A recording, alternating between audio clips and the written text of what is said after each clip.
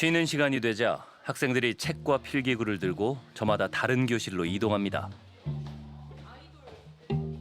대학처럼 자신이 선택한 수업을 듣기 위해 직접 교실을 찾아 이동하는 겁니다. 수년간 고교 학점제를 시범 운영해온 한 학교의 모습인데요. 이제는 전국 고등학교의 흔한 풍경이 됐습니다. 이동하는 밤마다 자리가 정해져 있나요? 자리는 따로 안 정해져 있어요. 그냥 그때그때 앉고 싶은 자리에 앉으면 돼요.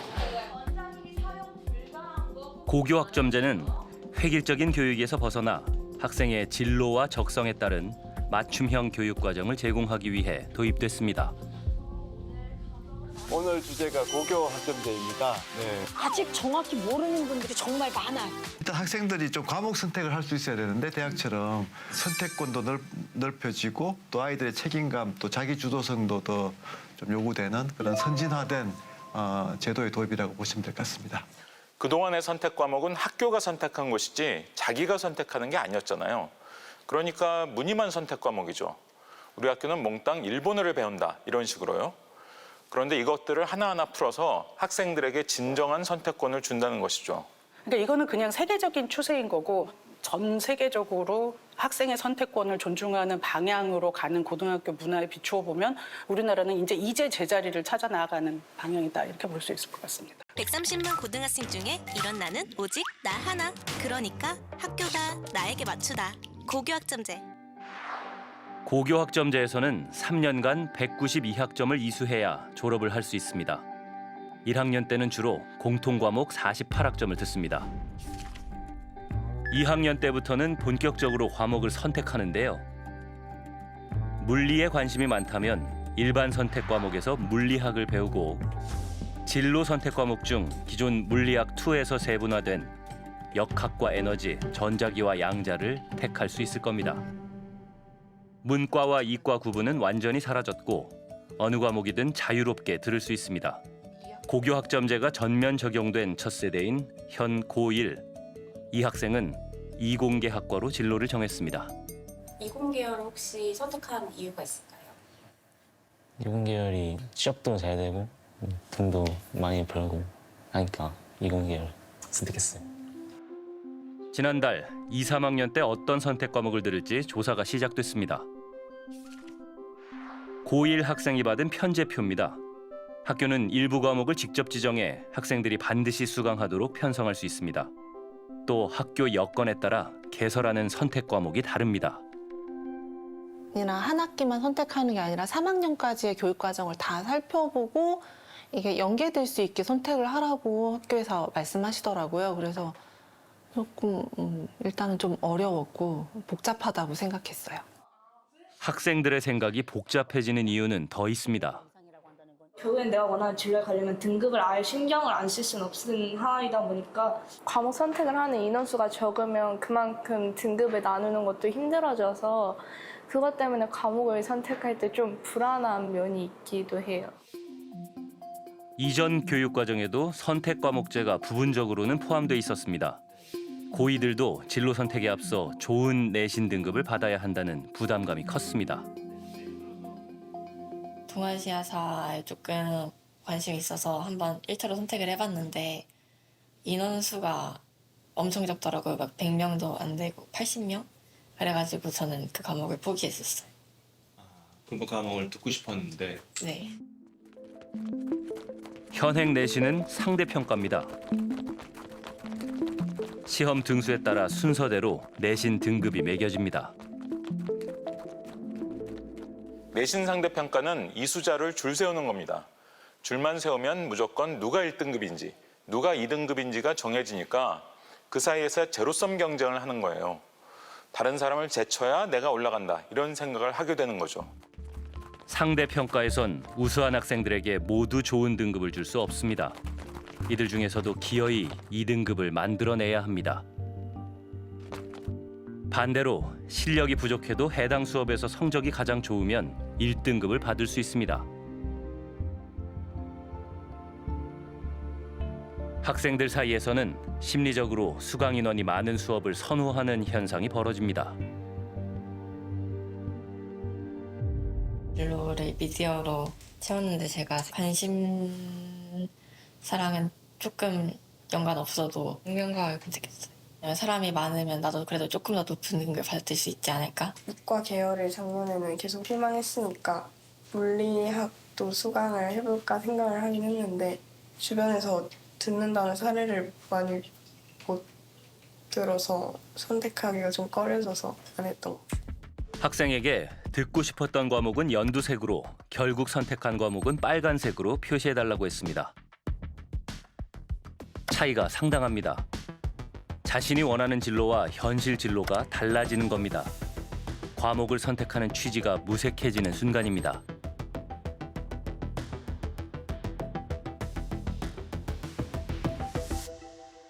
세계사 좋긴 한데 거기 가면 점수 못 받아요. 이러면서 이제 그 윤리, 생활과 윤리라는 과목과 사회문화라는 과목, 그런 과목에 많이 몰리죠, 아이들이. 세계사나 경제 이런 과목이 잘 선택이 안 돼요.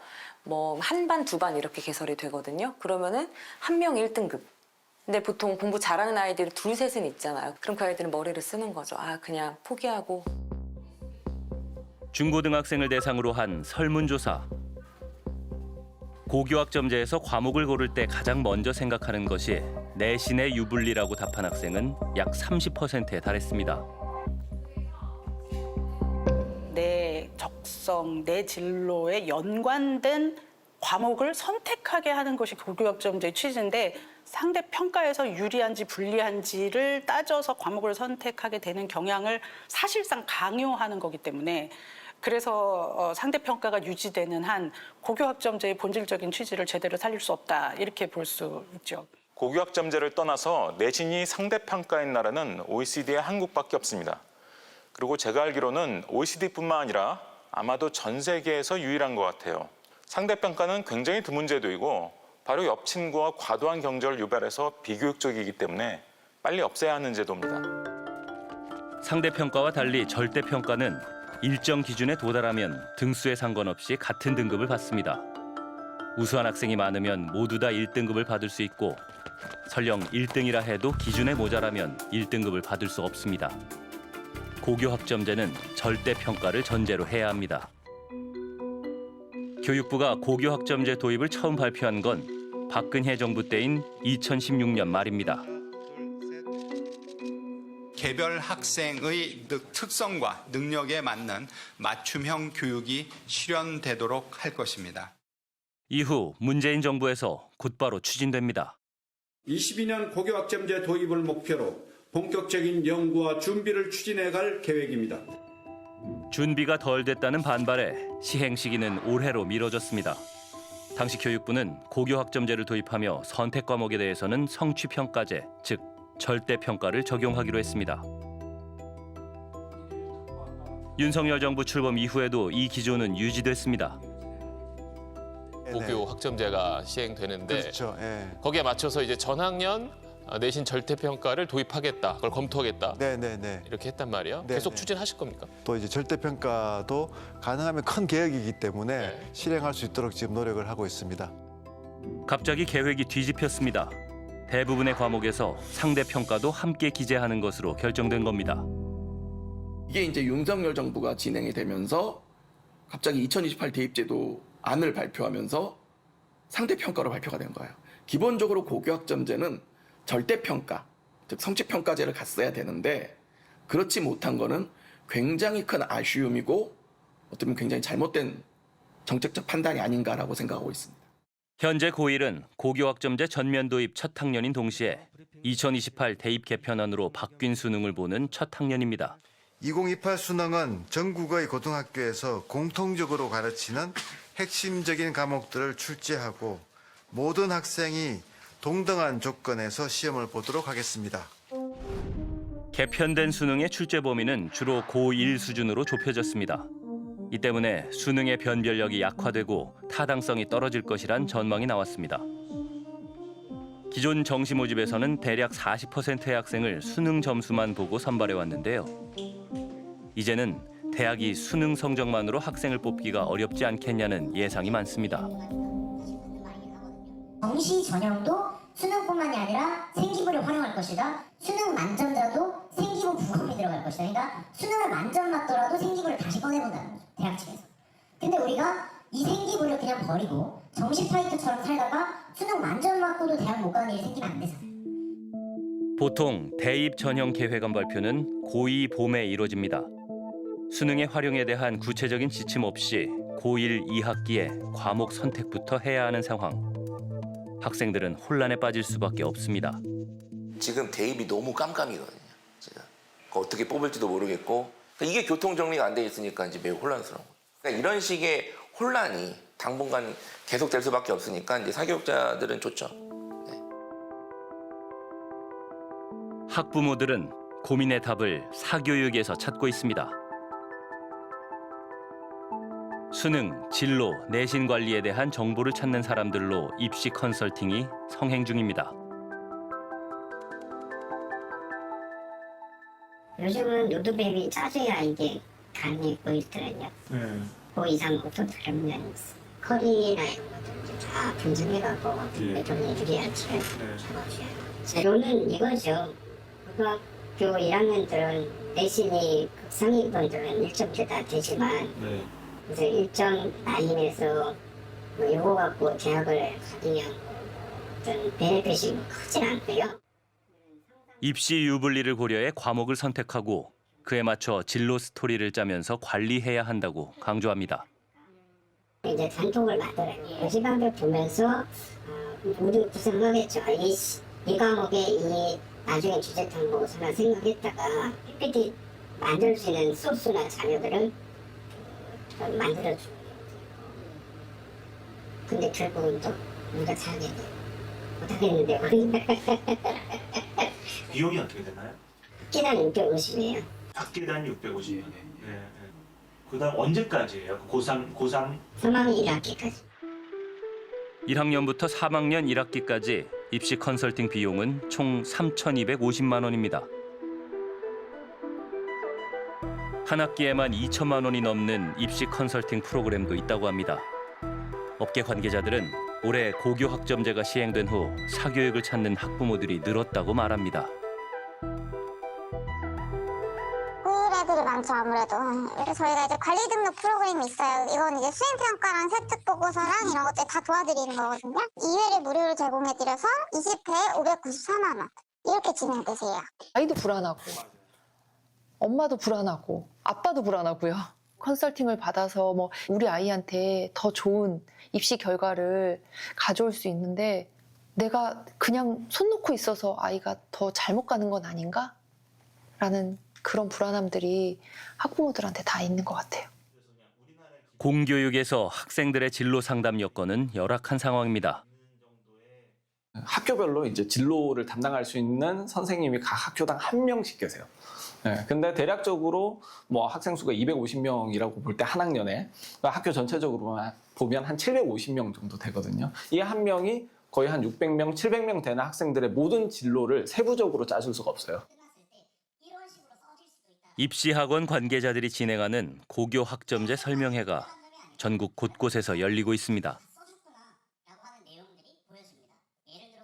예를 들면 한 100명 듣는 과목이다. 그러면 10등 안에 들어야 되거든요. 그래서 상대평가의 유불리를 우리 학교 교과 편제를 보고 좀 분석하는 것이 필요합니다. 지금 고등학교 1학년이 고3 같다라는 생각을 하셔야 돼요. 못해도 고교 학점제 내에서 내신이 마지노선으로 1.5 정도는 돼야 스카 이상을 쓸 수 있지 않겠느냐라는 좀 전망을 제시해드리고 싶고요. 사교육 관계자들의 설명을 듣다 보면 불안해집니다.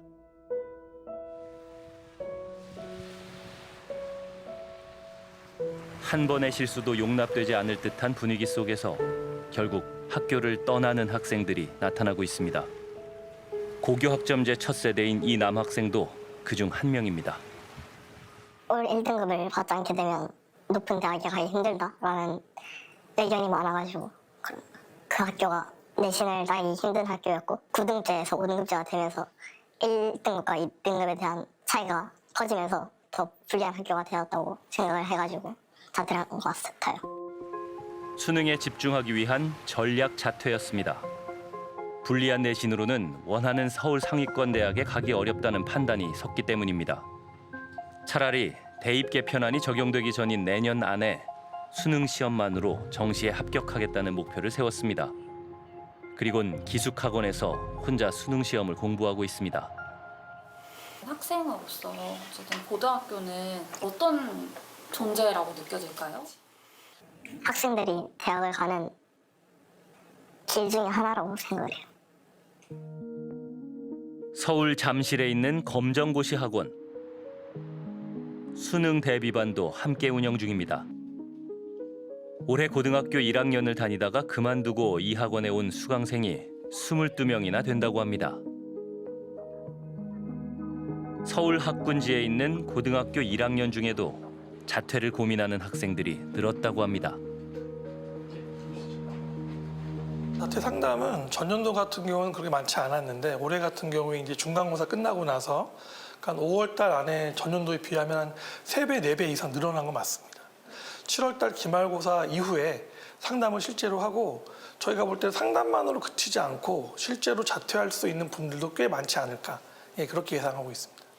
이 자퇴를 한다는 건 그다음에 어떤 플랜을 갖고 있게 되는 건가요? 보통 자퇴를 하게 되면 다음에 다른 고등학교로 재입학하는 그런 루트를 밟을 가능성이 높습니다.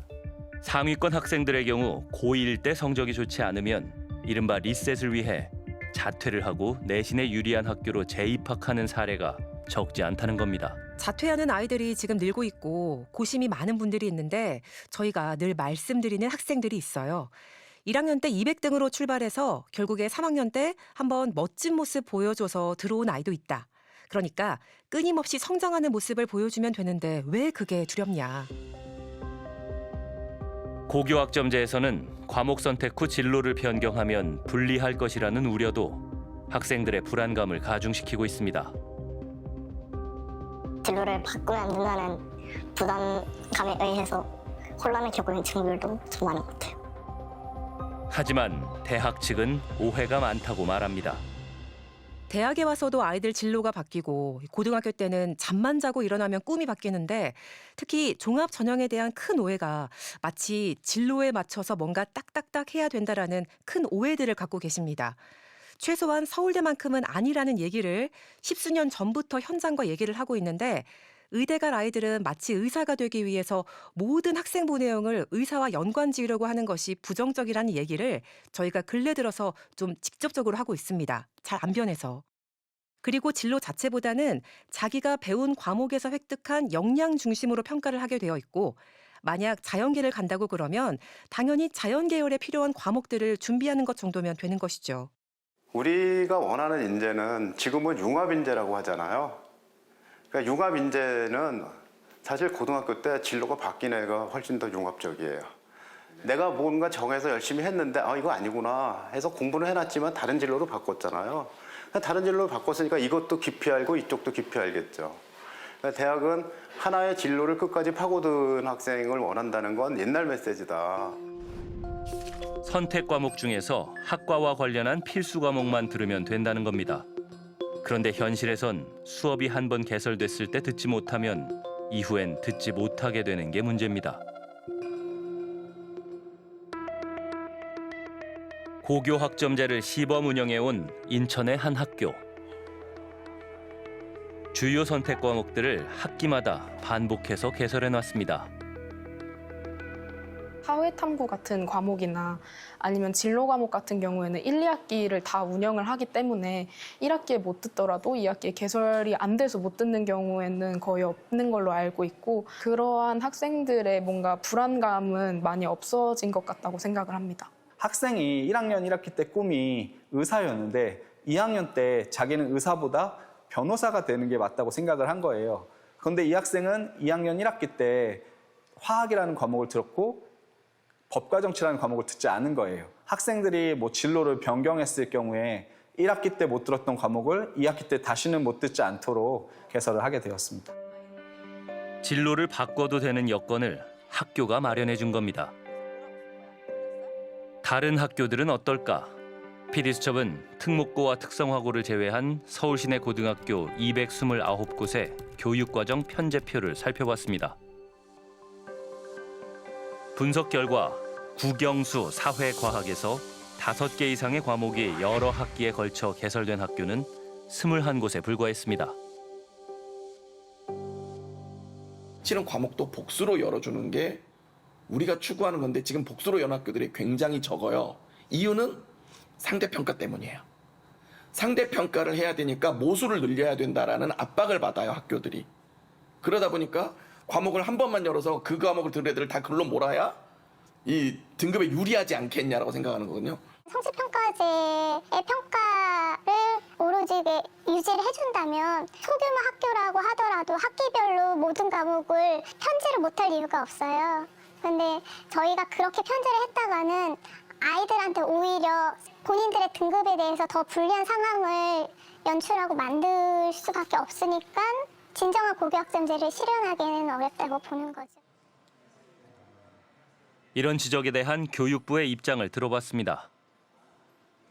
제가 이제 핵심적인 질문은 이겁니다. 그러면은 결과적으로 상대평가에서 절대평가로 바꿀 어떤 의향이 있는가? 학교 현장이나 일부에서 그런 주장이 제기되고 있다고 하는 건 제가 잘 알고 있습니다. 그리고 잘 알고 있고 다만 그것이 가능하냐, 언제 할 것이냐 이 부분에 대해서 제가 지금 당장 답변드릴 수는 없고 사실 고교학점제를 떠나서 떠나서 상대평가제가 상대평가제가 거의 전 세계에서 없다고 들었어요. 네이션에서. 2028 대입 개편할 때 절대평가를 고민 안 했던 건 아니고 다만 예전에 역사가 있어요. 저희가 절대평가를 한 경험이 6차 교육과제 때 성적 부풀리기 있었던. 네, 맞습니다. 96년부터 2004년까지 저희가 했었고 그런 상황에서 이제 수가 뭐 한 70% 이렇게 나와버리고 모든 과목 다 그때가 아주 전형적으로 내신 자체가 거의 변별이 없던 거죠.